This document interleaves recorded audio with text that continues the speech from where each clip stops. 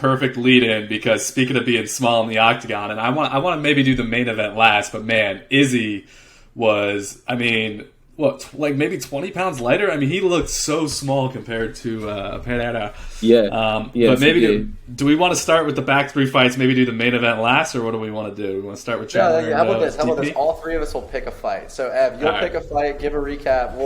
We'll talk about it, and then Robbie will pick either Zhang or the Poirier fight, and I'll take the scraps. I'll take the last freaking one out of it. All right, that's fine. That's fine. All right, so you start us off with Izzy, and then we'll kind of go from there. Maybe I'll leave the good ones for you and just knock the easy one out first, which is Zhang Weili with a cruising win over Carla Esparza.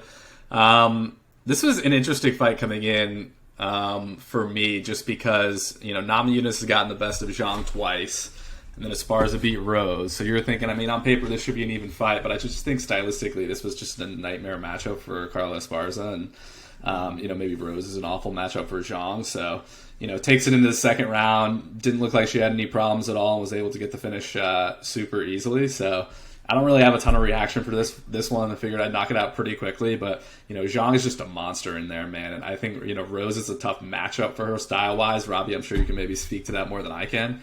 But I'm excited to see her back on top, get the China representation, and she coasted for sure. Oh yeah, no, I fully agree with you. It was a good fight while it lasted. But again, no shock what happened. That's, no shock. I picked her to win. I picked John to win. It'd be I mean, who she decides to fight next, that's I'm okay for. At this point, I mean, I don't know who. I mean, I think she'll have a good run, man. I think she'll have a good run for sure. Maybe Namajunas probably give her some business, but we'll see. I think she's in the best year. So I mean, again, I don't have much of a reaction to that. I mean, I kind of expected it to go that way. I know Esperanza, she's solid. She's solid. But I didn't know what I did see her being a real threat to Zhang. I just didn't, leading up to the bout. So it's I kind of planned it the way, I saw it go that way for the most part. I'll be straight with you guys. I'm kind of sick and tired of the Carla hype train. There's just way better UFC fighters, better strikers. Zhang is an incredible striker, so sound, and Carla has great boxing. But I'm not going to lie. I thought the Amanda Nunes thing that propelled her career, right, in that positive direction, if they fight 10 times, I think I got to take Nunes 9 out of this 10 times. All right, Robbie, which fight you want? You want to attack the Poirier fight, or you want to attack the Izzy fight? Which one? Let's speak about that one. Hey, the Poirier fight. Let's speak about that one. Okay. I said that was going to be the best fight of the night, and I think it was the best fight of the night, man. That indeed was the best. Poirier, oh my God, and Chandler, there was no way that was going to be, a dud. There was no way. That had to be a fire fight, exactly what it was. From the opening bell, it's them guys came back. Again, Chandler came, like a bat from hell. And I'm like, yo, Chandler, really, man. I'm like, yo, Chandler, bro, I get it. You're trying to, impose your will early on. But it's bro, he throwing bomb after bomb after bomb. You're going to gas yourself out. And that's exactly what happened. He gassed himself out. I don't care how good your condition is, man. Punching nonstop, that doesn't exist. That doesn't exist. We're all going to get tired at some point. That doesn't exist. So, what I like what Poirier did, especially that opening round, he stayed composed. Even though he was hurt and he was under danger, he was in a crisis situation in that first round. He stayed composed. He never panicked. You go back and look at the fight, especially when his back was against the cage. A lot of times, He stayed poised, he stayed relaxed. He was alert what was happening. He was hurt, but he was still alert. He didn't panic. He didn't leave himself open like how some fighters would. He wasn't desperate for any open anything. He just, stayed cool. He was like, okay, I got this. Eventually, he can. There's only so much punches and kicks he can throw before he gasses out. And then before you know it, he took advantage. At middle towards the end of the first round, it was his turn. Yeah. It was his turn. And Chandler, I feel like he realized, hey, what did I do? Like I just threw caution to the wind. I just emptied out my gas tank, and it's only the first round. I'm like, yeah, you did empty out your gas tank, Mo. And then from there, I kind of picked, okay, yeah, Poirier, he got this. But again, Chandler, he's dangerous throughout the whole fight. As you can see, he was dangerous the whole fight. And that's the thing I like what Poirier did. He never got too complacent with his work. Towards the end of that first round, he thought he began to get the better of Chandler, and then second and third round. But he never got careless. He never got careless because he took control of the fight. He never got careless. He still stuck to his game plan. He still stayed relaxed, even though he saw he had the advantage. He saw it was his fight to win. But he never got. And that's when a lot of mistakes that fighters make is because they see another fighter hurt. They think, oh, he's not a threat no more. No, he's always going to be a threat, especially if he's a big puncher like Chandler. Oh no, he's always going to be a threat. You never know. Go back and look at Tyson Fury versus Deontay Wilder. Yeah, Fury was controlling the fight, all three fights, but he knew Deontay Wilder remained dangerous as long as he's up on his 2 feet, especially him being a dangerous puncher, having power that's, God-given. He's always going to remain dangerous. So never get that twisted. So that's one thing I like that Poirier did was he followed the game plan. He didn't get overly excited. He did not, go crazy, try to force a knockout. No, he just stuck to the game, and they got him the victory. And he got him a victory that, I kind of thought he was going to finish Poirier with strike. I mean, not Poirier, but Chandler with strike. Nah, he ended up tapping the guy out. So that was, I liked it. I liked what he did. I like what he did in the end. But man, again, give it to Chandler because he. As much punishment as he took, and that face was just a bloody mess, man. Oh my gosh, it was just his a bloody face is a mess. mess after every fight. It's crazy. Oh my gosh, did you see the Instagram with his 2 kids? Oh. He has like an ice mask on or some type of recovery mask, and he's like, his 2 kids are looking at him like they think they're seeing like a ghost because he's got this mask of a face, right? And he's like, well, your father did it again, kids. Like he to the wind, didn't listen to his coaches and engaged. Oh man, wow. No, I didn't see that. I did not see that. But yeah, wow. No, but what a fight. That was the best. That was definitely the best fight. And then, well, I know you got this was a can't miss moment right here. I know you guys saw when all that blood was dripping from his mouth or nose and then landing on Poirier. I'm like, oh my God, man, what are we doing? And man, that was like a scene from like a horror movie or something. Like, I'm like, yo, what? At first, like, and I heard some people, I read comments on it. I heard some people say, oh, how dare he spit on Poirier? Some people like, nah, it was dripping from his face. I don't know where it is, but. The bottom line is like, bro, like, I haven't seen like, that much blood, gush out of somebody's face in like forever, if ever at all. I'm like, whoa, bro. It just goes to show you, man, what these guys do for a living have to be respected, bro. It has to be respected, man. They do, man. And the way that nose got brutalized was through straight, clean punches from Poirier, who is undisputably the best lightweight boxer, in my opinion, training with Jorge Masvidal.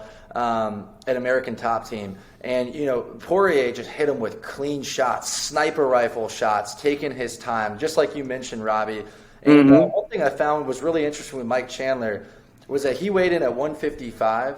But talk about what you kind of go through, Robbie, when you're fighting these guys who appear way larger than they are, right, where they barely make that weight. Chandler was 186 earlier today. And he claimed that on a podcast. So he was 31 pounds heavier, 72 hours after clocking in at 155.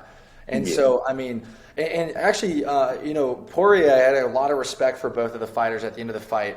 Two competitive guys. I know they kind of went back and forth there temporarily, but it was too good of a fight, and they put all that beef, aside. And what Poirier said before he got interviewed by Rogan and company was, Chandler, I'm not going to lie to you. I feared you to a healthy extent.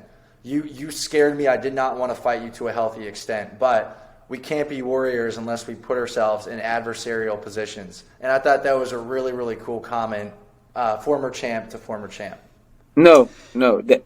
Yeah, go ahead. No, I was just going to say, that's why I love Poirier, man. And Robbie, you touched on it earlier, but like the composure, because, I mean, like you said, man, he was genuinely hurt. I thought Chandler was going to finish him during that first round. And then secondly, like, he could finish you in a variety of ways. Like you said, he could finish you with the punches like he did to Conor, a couple years ago. And then he could also finish you on the ground, which I did not expect out of this one. But, because Chandler's pretty good on the ground too. But, just tired him out and got him down early in the third. But this is why I love Poirier, man. I think he's one of my favorite fighters just because, like, especially, like, sometimes I come at it from a betting angle, like, betting on these fights. But, like, I always feel safe about my money when it's on Poirier because he stays composed, man. He fights his fight.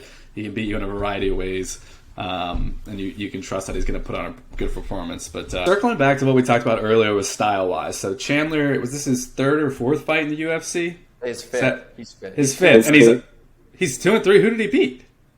He beat Hooker and he beat Ferguson. He did beat Ferguson. Clean knockout Ferguson. Washed up Tony Ferguson, dude. Ferguson, that was the UFC knockout of the year. He kicked. Yeah, but up kick. Yeah. All right, so I thought his record was a lot worse in the UFC, but clearly, I think at this point he's clearly like not on that top tier of fighters in his weight class, right?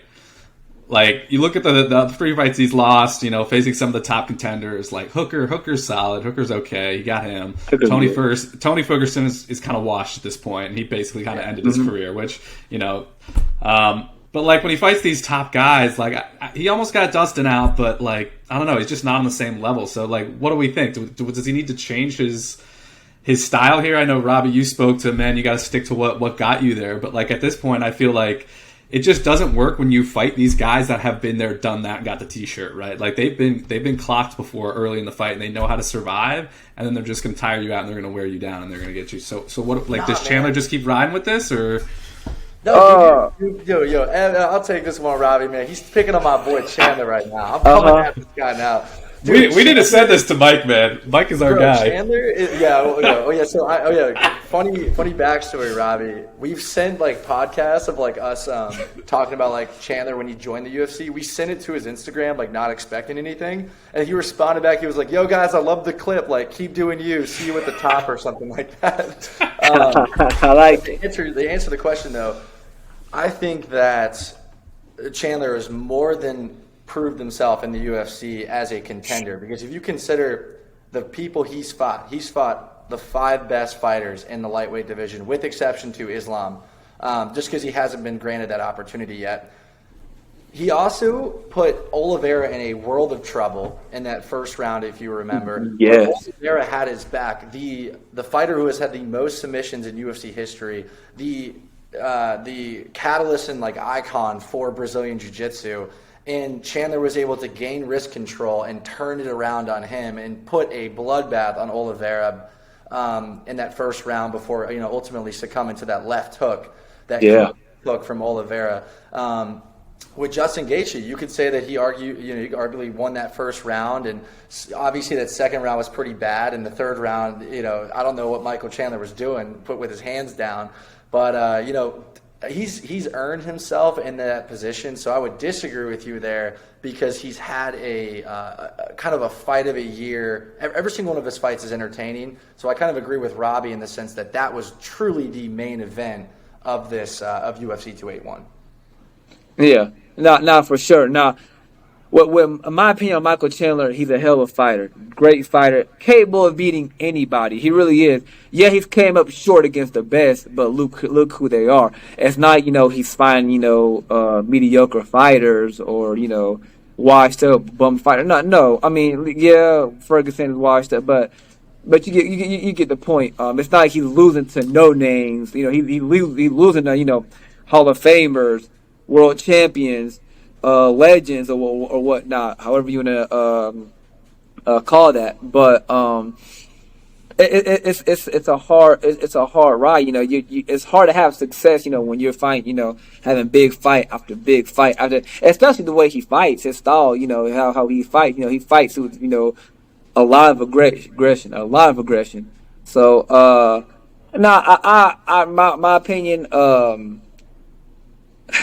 It's quite hard to say. I mean, does he change what he got going on? I think he sticks with what he knows best, but there's a few things he can change here and there. Probably, be more, how do I say, be more selective with his shots. That's one thing he can do. Instead of, letting it all go, the first few rounds or the first few minutes of the first round, be more selective with your shots. Fight and burst, don't, because a lot of times Michael Chandler, he does waste a lot of necessary strikes, punches, kicks. He does waste all that because he's so willing, to land that one hard shot. He really wants to get it in. And, but when he keeps missing and missing and missing, all he's doing is hurting himself. A lot of people don't know. It takes a lot to miss. It tires you out more to miss a shot than opposed to landing a shot. If you miss a shot, you're tiring yourself out more than when you hit somebody flush. That's the truth. That's the truth. So I think that's one thing Michael Chandler should work with on his team is, knowing when to throw shots, knowing when not to throw shots, you just probably decrease some of his striking output, so it won't leave him too vulnerable when he's too open. It won't gas himself out. I think that's one thing he can work on. And then it'd be interesting to see what he'll do his next fight and who his next opponent is. I think I know. This might be a hot take. I think he's done in 155. I think he's 36 years old. I think he pulls for the McGregor fight at 170, and then he rides off into the sunset. He's so far away from a title shot now, and I think to Evan's credit, he's 2-3. He has a losing record against the top 5 guys. Just it would be daunting for me in his position to try to climb his way back to a title opportunity at 155. So personally, man, I think he's done. I don't think he fights in 155 again. I would love to see him beat up McGregor, man. That'd be fun. That's a good idea. That's a good idea. That'd be a good fight. I mean, who wouldn't tune in for that fight, man? That'd be a good fight to see. If again, it probably wouldn't have the marquee value per se because again, like you said, Chandler's 2-3 his last 5 fights. But man, I mean, the the action that fight would produce, I mean, that'd be something I'll tune into for sure. It'd be interesting. And again, McGregor's no longer a top tier elite fighter, but the thing with him, he's still a big draw no matter what. McGregor could be on a losing streak and people still buy his fights. They'll still tune in his fight. Which is exactly what it is, right? How many fights has he lost in a row? I don't know, but yeah, like that would be a main event Las Vegas or New York City fight, even though it wouldn't be a title fight. Like, there wouldn't be a title fight. It definitely wouldn't be a title fight, but it would still be like the main event on a packed card in an iconic arena. And 100%, and it should be. But hey, I would take Mike though. I would like Mike to win that fight. Yeah, we got to go to the main event here. Lead us off here. I want to get your aspect because you had a lot of thoughts about the Izzy and the Pereira fight. So lead us off here, and then Robbie and I will take it home. So I was excited for this fight. The more I learned about it before going in, maybe a couple weeks out, again, I feel like I've still been ramping back up my UFC watching. I haven't watched a lot of the last big cards, but I figured it was just going to be another cakewalk to Izzy. Admittedly, I didn't know much about the guy he was fighting because he's so new to the UFC. And then the more I start reading about this, mainly because I wanted to bet on it knowing I was going to be watching it, but I was like, oh man, dude, Izzy's going to be in trouble here. Obviously with their 2 fights in kickboxing, both that Izzy lost. And obviously this guy's newer to the UFC. He's had a lot to learn from a technical standpoint, in the kind of aspects outside of kickboxing. But I'm like, man, this is going to be a barn burner of a fight. And they had Izzy at 2-1 favorite odds. And I was like, oh, man, this is going to be a good one. And, I ended up betting on Alex, and I'm very happy about that. But great fight. The first couple rounds were even, could have gone, specifically the first one could have gone either way. I think they split the first 2 on most cards. And then, Izzy kind of started to outpoint him through 4, probably 3-1 through 4. And then similar to that almost Kamaru Usman fight where you're like, he's got to knock him out, but he just looks so tired. Izzy's picking him apart like he does all of his opponents, one of the best pound for pound fighters in the sport. And then, things changed, man. You know how much power this guy has. He's got Glover Teixeira in his corner, firing him up and his coaches and letting him know he needs to knock him out. And then, one punch here, jab here.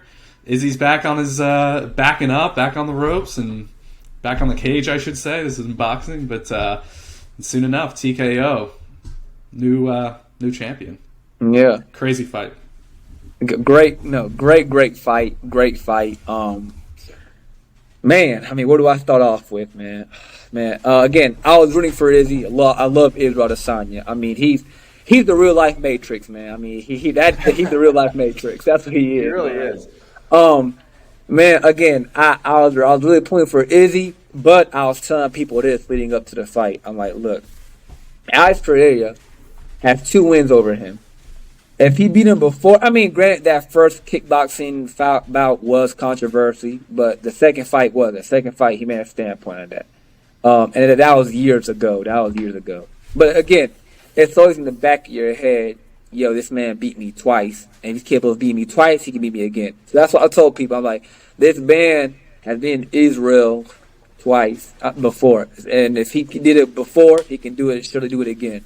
Now, both of them, they're the both best, kickboxers, both best strikers on the planet. I mean, their skills are immense. It really is. So me, I was hoping Izzy, won by decision, which he was on his way in doing so. First round, like you said, very good, technical round. Izzy steals the round just at the last 2-3 seconds. Dazes him. Had that been another 2-3 seconds left in the round, hey, Izzy remains, the champion without a doubt, because Pereira was staggered. But then, he came out second round, and the rest of the fight, and he was okay. But man, was he fatigued? He was fatigued. I mean, he was tired. And then when I see him come out that 5th round, I'm like, yo, where did he get this energy from, man? This guy was just breathing so hard, heavy. Like, yo, where? Again, Glover, Teixeira, gassing him up. Hey, man, you need a knockout. And keeping him honest. You need a knockout. If you don't get a knockout, you're gonna lose. Hey, this is what we do. And it was beautiful to see that. It was real beautiful to see that. Like, it's very inspiring. Like, your fighter's down. It's like, hey, it's all or nothing. It's going to take off from here on out, man. You need a knockout. And that's exactly what he goes out and doing that 5th round is get Adesanya out of there. Now, whether you guys, this is the controversy part, a lot of people are going back and forth whether it was a premature stoppage or not. Me, I don't think it was premature. I think it was the right thing to do. Because Izzy was hurt. He was hurt. But I don't think he was badly hurt, but he was hurt because if you go back and look at, the fight, where he stopped Izzy, a lot of those punches were missing.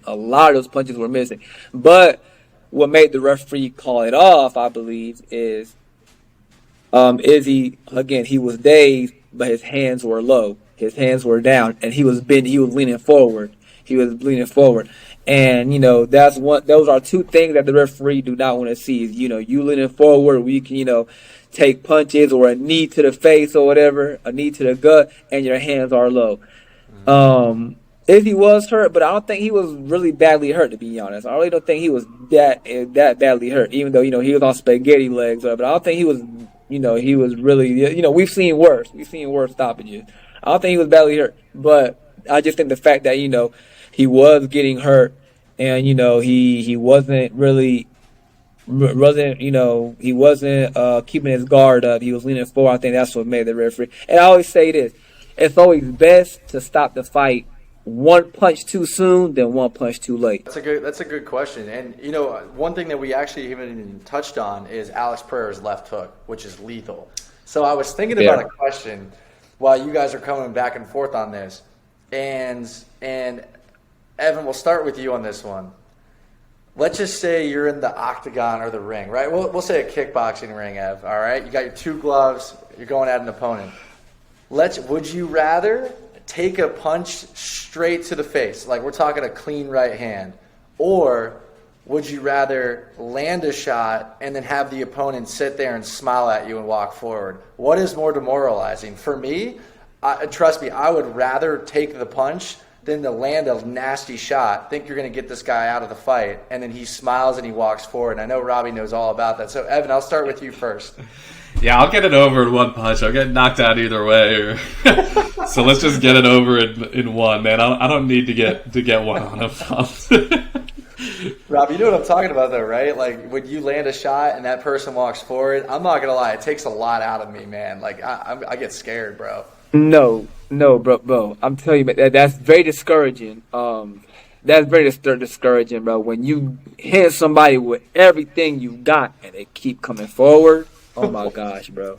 You're giving it, you're putting, your whole weight behind one punch or two, three punches, and they keep coming forward, and they don't care. And then, like you said, they're smiling at you. Really, that's the most scariest thing. That's creepy. That is creepy, man. It's like, bro. Because not only it's very discouraging, but it takes away your confidence and makes you question yourself. It's like, what am I doing wrong? Like, did I prepare well for this fight? And you know that you did prepare well for it.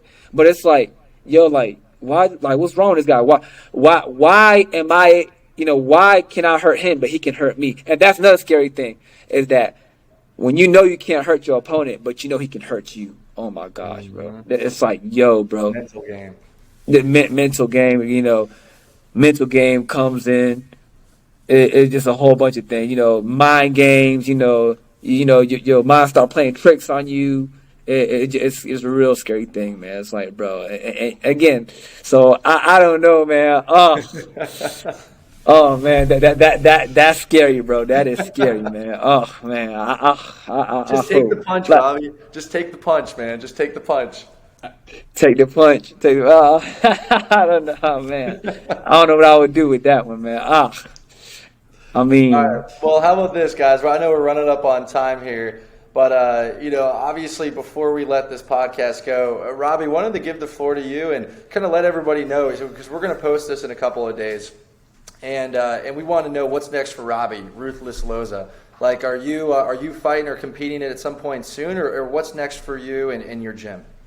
So I believe it's 2023 is gonna be should be a good year. So I believe we're starting the year off competing. It's an event going on, I believe, in Rock Hill, South Carolina. I think it's gonna be at call it a stadium or coliseum. It's a small coliseum from what I've heard so far. Again, nothing official yet, but we're looking at like middle to end January. Start the year off. With the competition, and it'll be a single fight. It's not going to be a tournament like how WKA or IKF is. It'll be a single fight. One night type deal. So that's the start of next year. At some point towards the end of 2023, I'm looking forward because I got the invitation. Again, like I said earlier, WK, they really like me. They've been sending me emails and whatnot. They invited me to go compete in the World Championship tournament next year in England, which would be around, this time next year. So that's what I'm looking forward to. So around this time next year, I'll be in England competing, and by the grace of God, come back after victory. In fact, one of our House of A lens fighters, I don't know if do you know Josh Hill, Zach? Yeah, Josh, great. He just went to World Championships in Wales, and he won. Wow. He came back with the gold medal. Yeah. So, I'll be doing that same event next year. Hopefully, my schedule is good and I can, get along, manage things properly. So, that's the goal so far. That's the goal so far, for next year. Sometime, start in January, start the year off good, and then, work my way up, rack up a few victories here and there before going to do World Championships in England next year. So, we'll see, man. It should be a fun year. It should be a good year for sure.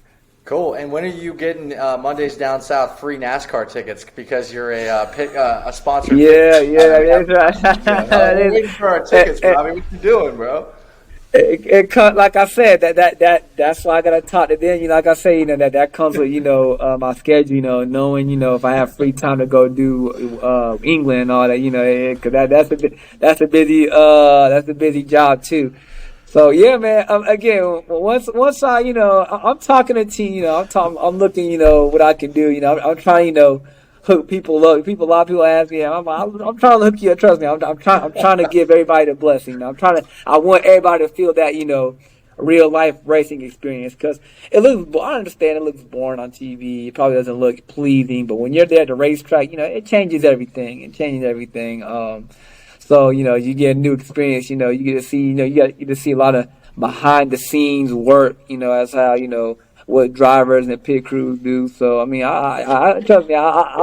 It'll come. It'll come. I love it. Anything from you, man? Any other questions? Or yeah, man, this has been fun. I'm sure we could go another hour, especially if we dive into the NASCAR stuff, man. But I don't need the NASCAR tickets, man. I'm coming to see you fight one of these days, man. Sometime in the North Carolinas, I'll come visit. Yeah. For sure. So the one last question I got, like I said, I could ask a bunch more, but can you give me like a scouting report on Zach as a fighter here? I mean, obviously you guys are just sparring, but can I get a quick, just like what's it like going back and forth with the guy here? Be honest, dude. You can be honest. Zach, man, I tell you, man, Zach, he's a good fighter for the years. From what I see, he stands tall. He doesn't overcommit to anything. Has a well style, I feel like both his punches and strikes, that they're pretty even. They're pretty equal. They're pretty even. I don't think one is better than the other. I feel like his punches are just as good as his kicks are, or his knees are, or whatever.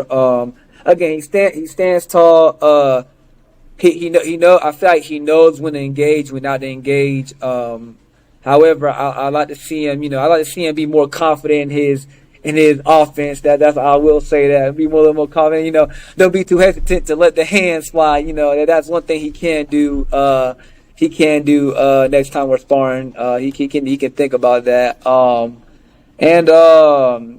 Try to utilize, use more movement, man. Try to use more movement. I feel like, he can use it. He just decides, like more side to side movement. I feel like you can do that, Zach. I feel like something you can do. I've seen glimpses of it, but you don't do it enough. I feel like, if you more, use more side to side movement, it'll definitely throw, your opponent off for sure. So, yeah, man, but Zach is a good sparring partner. He really is a good sparring partner. It's always a blast, man. It's always a blast. Well, hey, Ev, sign us off, man. We'll get out of here. Dude, man, Robbie, thank you so much for coming on, man. It's good meeting you. Good to get your perspective, Likewise. Especially with this awesome card. And yeah, man, hopefully I'll come see you scrap down there one of these times. Yeah, and best of luck to you. Thank you, man. I appreciate it. Come on through, man. For real, I'll definitely keep you guys updated and posted. And again, whenever you guys want to, talk, chatter more here on the podcast, trust me, I'll be more than happy to. This was great. This was a great. I really enjoyed this. I really did. I love it. Yeah, I was not expecting us. I was not expecting this for that, but it was really worth the time. It really was. So if you guys ever want to do it again, hey man, you just let me know for real. I was telling Zach we got to get an episode almost after every pay-per-view, man. I had so much fun watching it, and now breaking it down with you guys, man. It's been fun. So hopefully we can do more. Oh, absolutely. We can do it. Man. Yeah, MMA, boxing. We can do any major fight. We can hop on here and talk about it, review it for sure. Well, what I'm waiting on, man, is once Robbie gets that win in January, he has maybe another event. The Rock Hill, South Carolina one, that could be fun, Ev, for us to attend. And we're definitely going to get you on, man, and celebrate with some type of beer once that weight cut's over, man. And we'll all cheers when we get you back on, all right? So without further ado, Robbie, thank you for being a guest on the show, man. Really appreciate it. And this was Mondays Down South. Thanks so much, guys. Peace.